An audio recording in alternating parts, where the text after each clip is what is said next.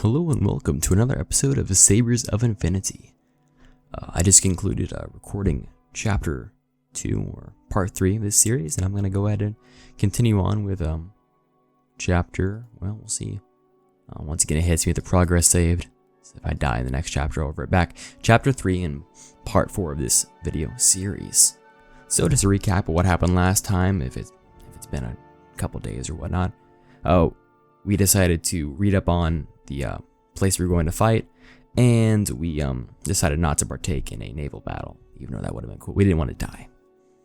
And once again, if you have not seen the previous episodes, just click on my channel. You can find them there. You'll be confused if you haven't already seen them, but if you don't care or you already have, we'll just jump right in with chapter 3, wherein the cavalry officer makes landfall at the port of Norgrida and prepares to discharge his martial duty. Alright, the Atari port town of Norgrida is far from impressive. Nestled between two low hills, the cluster of strange, steep-roofed houses is hardly a match for the glittering beacon spires of Ventoria or the orderly mills of Tanzenberg. However, that has not stopped the town and bay as it besides over from bustling with activity. Alright.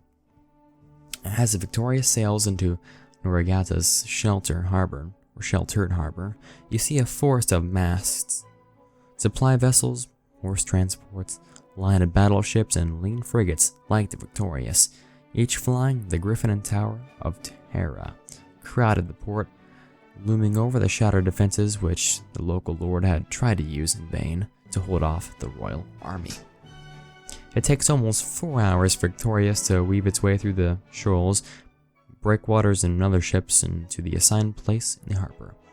As you pass other vessels, you hear a scrapped back and forth of hails, cheers, and shouted hellos from your ship to the others. One vessel, a third rate of 74 guns flying the red and white Pendor of the rear admiral over the Griffin and Tower, offers no response. Her crew is too busy trying to keep the boat afloat, in spite of a massive house-sized hole punched into her hull. House-sized hole into the hull. Alright. Montez is the first in the boat. As he departs, Montez is on the first boat. Pardon that. As he departs, he orders everyone to assemble with the other squadrons of the regiment in the town square. By the time you say your farewells and are bundled on the boat, it is past midday. Neither Carasto or Elson are on the boat with you, leaving you with only the face of a dozen rankers and a handful of very taciturn oarsmen for company. The time seems to pass slowly. Even the sloshing sweep of the oars seemed to last an eternity. After an hour of torturous monotony, your boat finally pulls up to the primitive wooden pier. You half expect something monumentous to happen as you set foot down on the weather-beaten planks, some kind of fanfare to announce your arrival onto this foreign and hostile land, yet there is nothing. Thousands of men like you, serving the same king, have already landed on this very pier. Thousands more will likely do the same in the days to come. Your arrival is no special occasion. As you walk down the pier to join the other assembled dragoons waiting in the town square, you learn that Captain Montez, like the other squadron commanders, has been called away to a staff meeting with His Grace, the Duke of Canaris. The assembled regiment has inevitably reduced itself into knots of friends and acquaintances. It seems that no amount of training in the world is going to keep 1,200 young men standing still in the sun unless someone is yelling at them to do so. You wait in the milling crowd of fighting men for a few minutes, catching glimmers of conversations here and there, but nothing substantial. Soon you see the Duke of Canaris approaching at the head of a party of senior officers. You quickly fall into ranks with the rest of the regiment. The portrait of Franz Duc de Court does not do the Duke justice. In the full harness of a knight of St. Joshua, he casts an imposing figure, towering at least half a head over most of the men of the regiment. His armor shines in the setting sun, bead runes glowing a fey blue, visible to all but Baneblood eyes. "Dragoons, welcome to Atar," his voice rolls over you, a rich baritone laden with authority. when His Majesty made the decision to fight the Huray on their home soil, we all knew that there would not be fighting a conventional war. Our enemy is strong in numbers, strong in arms, and strong in bane casting. Thus, we cannot face him in open battle. The Duke pauses for a moment and allows the regiment to grumble. Many had signed up expecting a quick, exciting campaign. Where the enemy is strong, we are weak, but we have our own strengths. If we are to win this war, we must fight intelligently.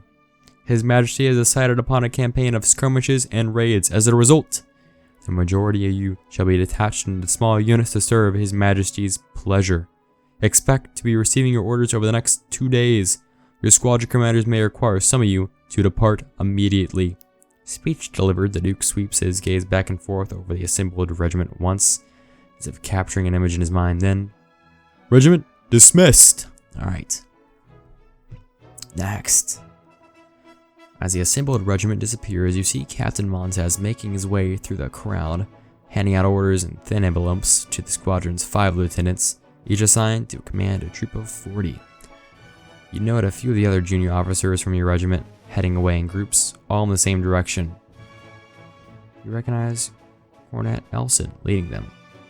You ask them where they're going, ignore them and explore the town for yourself. I guess ask, where are you going? You accost the small gaggle of young men. You ask them only where are they going. That's twice. Alright. You ask them where they are going, and Elson steps forward to reply. My dear fellow, did you not hear? The garrison has set up an officers' club on the other side of my town, or this town. My intelligence tells me that they have a sort of patio. Wine here, strong stuff, but cheap as a maiden song. Care to join us? I have better things to do. I'll explore the town instead, of course. Of course I would not. So far we've always chosen the I got better things to do. But we always get fucked over for that. We always get punished for that. Go drink beer and make friends, which could save our life later. Or go to the town, I don't know, meet a blacksmith and have him make me a sword. No, that's not gonna happen. Sure, I'll go drink. The makeshift officers' club is a low, half-timbered building standing atop foundations of gray fieldstone. Bright light pours out from every open window, spilling warm yellow at the sounds of laughter under the street. A pair of sentries in the orange of the Turarian line infantry stand attention at either side of the door, bayonets fixed to their muzzles and a long pattern of their long powder muskets. Bayonets fixed to the muzzles of their long powder mugs. I really cannot talk. Bayonets fixed to the muzzles of their long pattern muskets.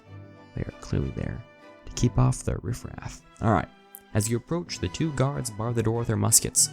One leans forward to check the lot of you for proof of your officer's ranks, although the unusual colors and unique insignia of your regiment gives them a bit of trouble. They do not detain you for longer than a few moments before nodding and letting you pass. You step through the doorway into a great blazing hall with light and warmth. 2 great hearths burn merrily as enlisted stewards and hired staff scurry about. Platters of food and wine glasses balanced upon each elbow.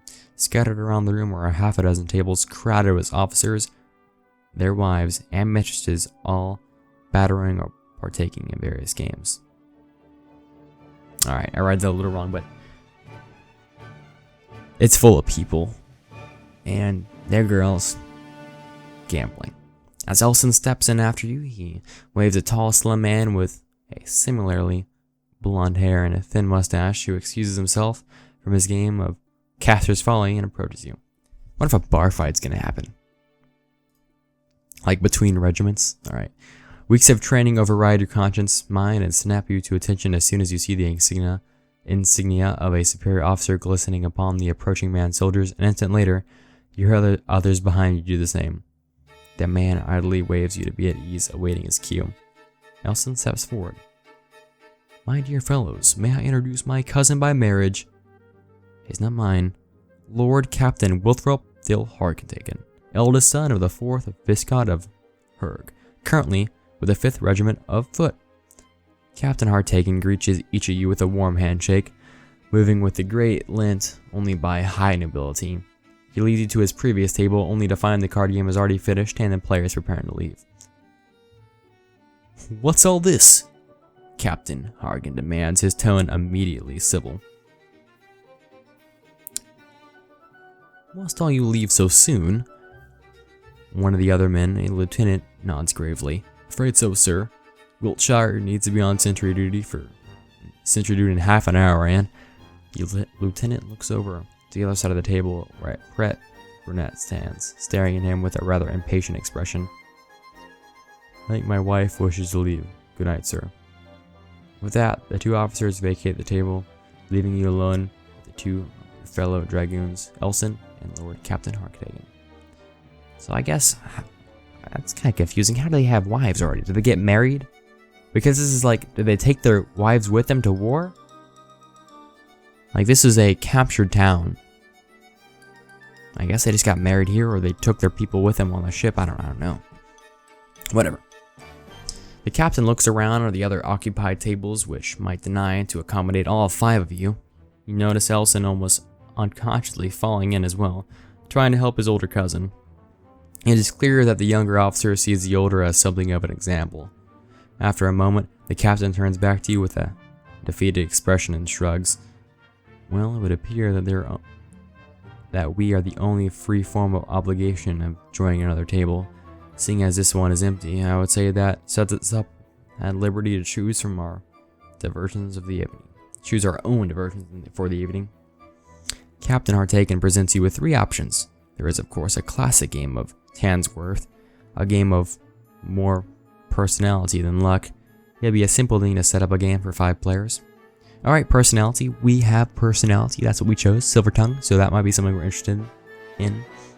Hartaken has also brought with him a box of carved out of the dark, fragrant wood. He informs you that it is meant only for Kiwi, a Kian game of some antiquity, favored by the generals and statesmen of the Southern Power, famed for the complexity of its play. Both games would naturally require you to stake some of your ready cash. For a gentleman of your rank, such a thing would only be proper, of course. If you are unwilling to stake money on the outcome of either game, Hartaken would seem unopposed to merely talking the entire evening, perhaps giving you a concise background of the war. Okay, let's play Taken's Word. Talk about the war. No. We're gambling. Alright, Taken's Word. You spend the evening playing Taken's Word, and the most popular of many of the card games favored by His Majesty's officers. You open the game confidently, knowing your considerable skills of bluffing and conversation are well suited for the game. Good.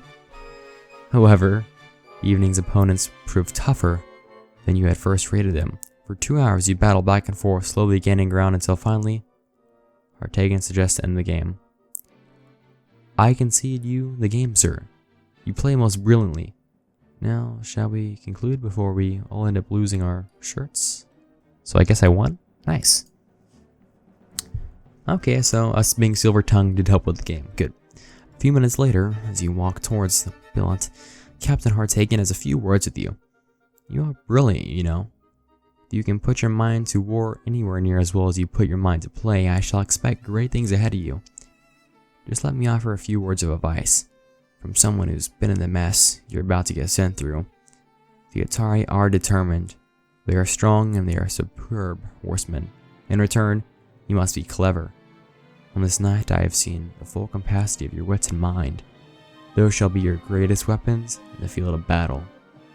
You will not be able to outfight the Atari in the open, but I have little doubt that you will find outwitting them a far easier prospect." Hargan stops in the town square where you assemble your regiment just a few hours before.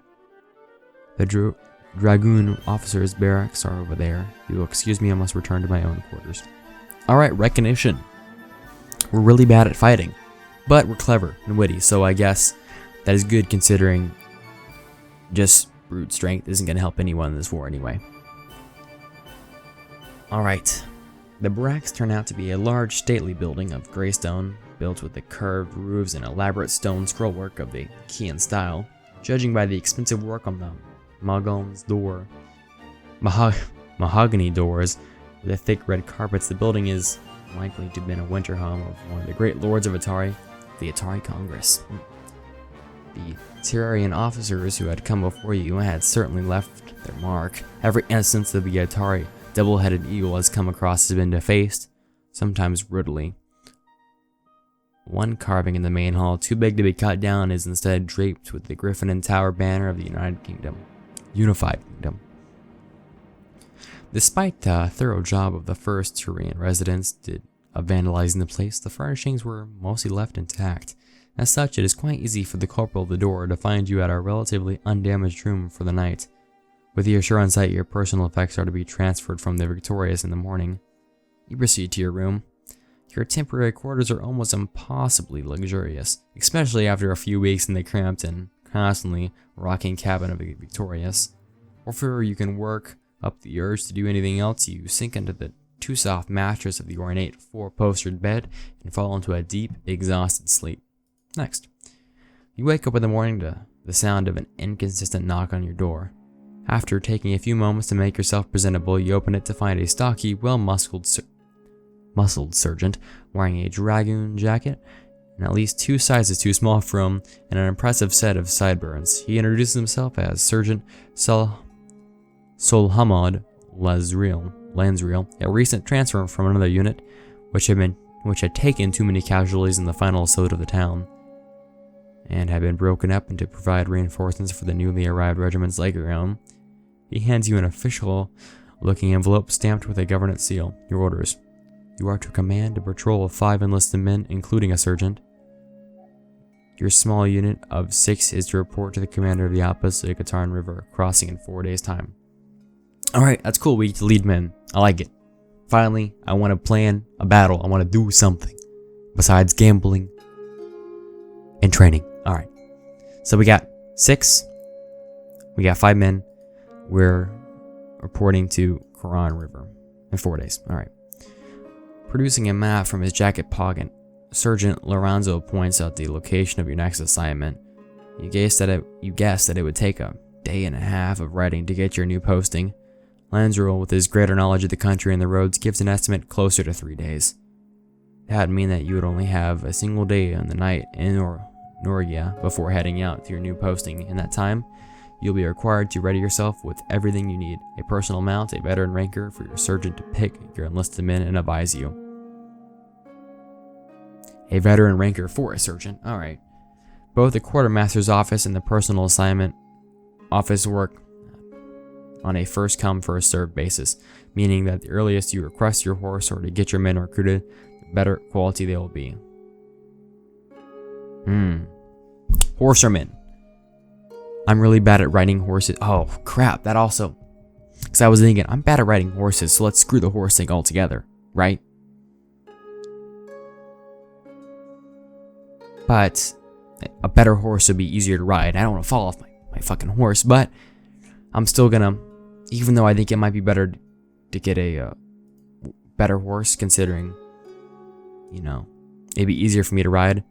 I want a better troops. I think that would, you know, determine the outcome. I don't need to ride a horse. I'll just fucking stand. Shit. I mean, I want the better soldiers, I guess. Yeah. There is no room for the thousands of soldiers in the King Army within the walls of the town size of Nuria. While Bane-blooded officers like yourself get comfortable billings, the common soldiery must seize houses from the local populace or set up tent camps outside the walls. As a result, the men in charge and looking after them must move with the men in charge of looking after them must move with them. The officers in charge of personnel for each of the regiment must take an office in a large semi-ruined farmhouse outside the walls. You met with your regimental clerk, scanning paperwork and regulations under the light let in by the half-collapsed roof. Standard procedures stipulates that the commanding officer of a newly formed combat unit must choose his own sergeant who, being more suited to judge and choose men of a similar low station, will pick the rest of the unit. The clerk sends a runner to find the candidates available to serve under an officer with your lack of seniority. You'll get to the bottom of the bloody barrel, of course, Laurel says. Quiet enough so that you could hear him. Only you could hear him. Just a commissioned cornet, won't have the chance of getting a good sergeant. The more senior officers will have already snapped them up already. Next. Soon the rider returns with 3 men, each wearing a gray tunic of the Royal Dragoons, supporting a yellow chevrons on each sleeve, corporal, with the appropriate seniority to a symbol, eligible for promotion to sergeant. Okay, they're all corporals who can be promoted. I'm going to promote one of them. Alright. The first to enter is Corporal Hernandez, a best-spectacled young man with unkept whiskers and a mop of long black hair. It only takes you a few minutes of conversation to realize that he is well read on the art of war, has a full head of ideas for ordering and training of fighting men. You also notice, through his rough, shattered, and awkward manners, that he would prove a poor leader. You have no idea how any man could be competent in the heat of battle under the orders of such a timid fellow. The second candidate is Corporal Huray, a large, two-fisted fellow with 10 years of service behind him. Boisterous and hot-headed, he is exactly what you expect from a sergeant.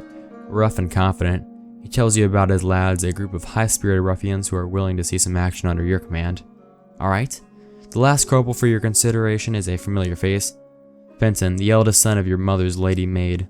You recall that he had left to join the army some time ago. You remember him as a good-natured lad, faithful to his friends and your family.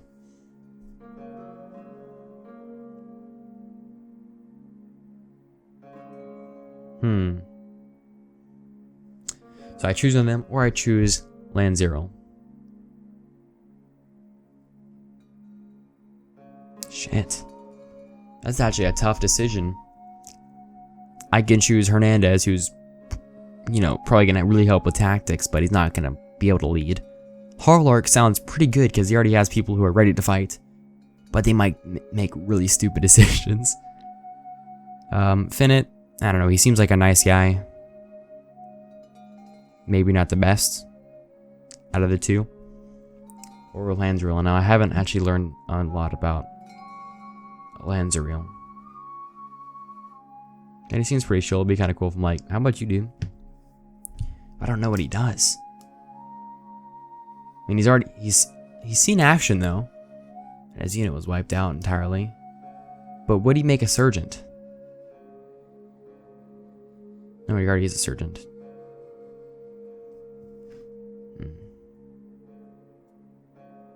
Might I request him and said, let's do that. Let's see this guy. The clerk is surprised by our question, but nowhere near as startled as Lanzaro himself. All due respect, sir, I am too new. I don't know the men, I don't know the kit.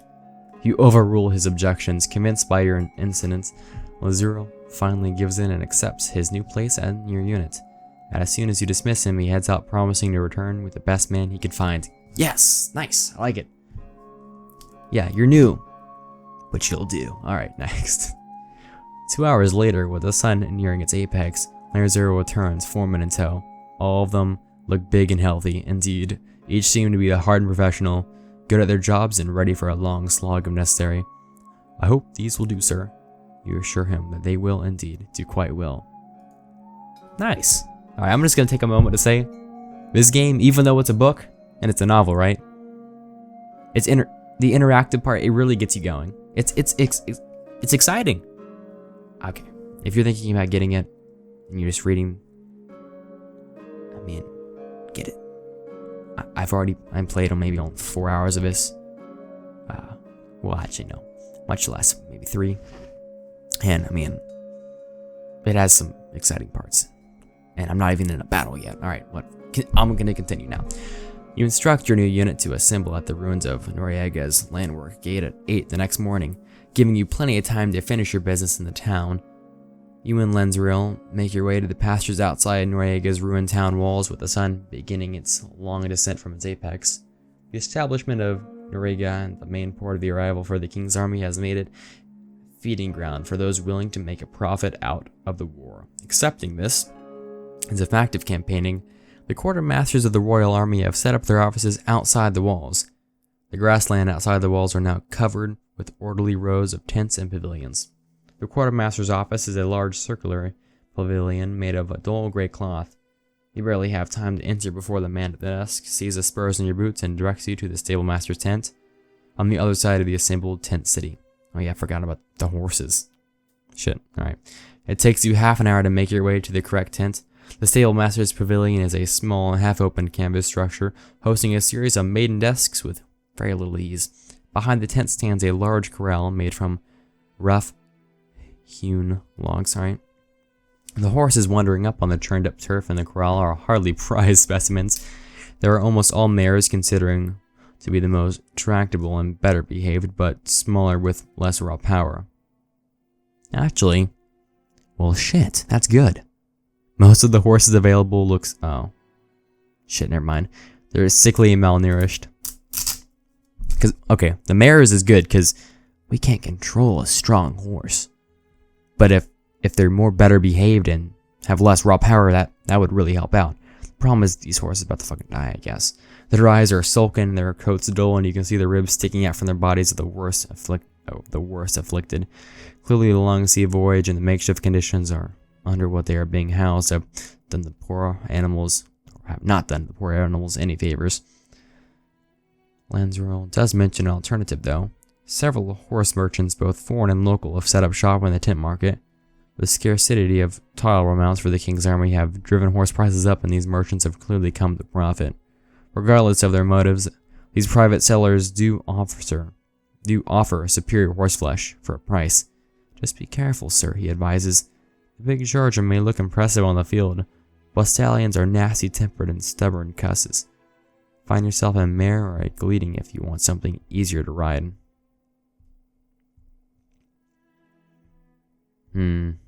Buy it with my own money. More stables. Ooh. Alright, so yeah, mare. We want a mare. Free. What are we going to spend our money on anyway? I guess better equipment for the men? How big will the funds come in handy later? I mean, these horses are going to be expensive as fuck. Let's go with the official stables. I think maybe we can get these horses back to health. Yeah, I mean, we're using horse anyway. Alright, you decide that having a mediocre mount is less of a loss than spending a surely extraordinary amount of money buying one from the merchants of the camp. After 2 hours of careful inspection, you pick a mare which doesn't seem too badly starved or sick. She's a mottled brown color, rather small, but a few moments of riding proves her to be tractable and sure-footed enough to serve. Take your newly requisitioned mount to the desk and receive a small regulation salary. And the straps are dull and some of the brasswork has turned up to be an alarming shade of green, but is comfortable and seems sturdy enough. Alright.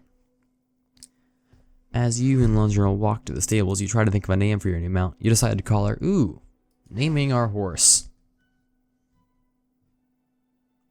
Alright.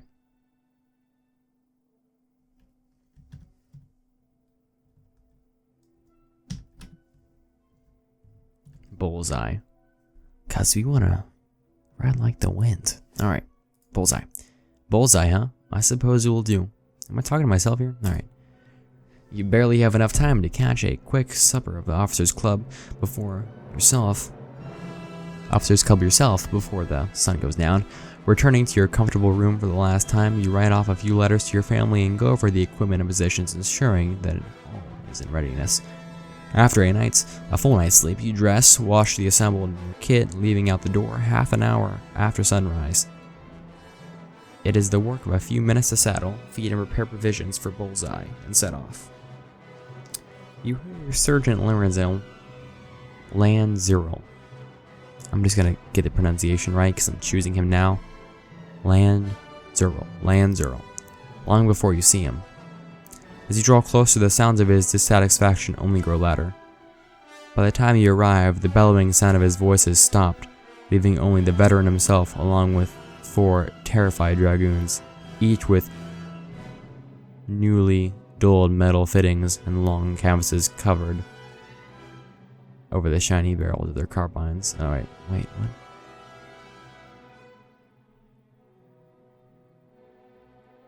Why is he pissed? Alright. Thus finally assembled, the 6 of you ride out in a single gate, or single file along the old Imperial Highway. Glory or infamy awaits. All right. So I don't know why he was unhappy. I guess they were unorderly, but it seems like he's doing his job. Nice. So yeah, that is the conclusion of chapter 3 or part 4 of this video series. Once again, if you did enjoy the video, leave a comment letting me know, and possibly give it a like. It lets me know that people like the series. And if you would like to see more of this, I'm going to be continuing to post the rest of this book and possibly other videos like Baldur's Gate in the future. So if you would like to see that, subscribing is the easiest way for you to see that. But yeah, thank you for watching, and I'll see you on the next episode of Sabres of Infinity.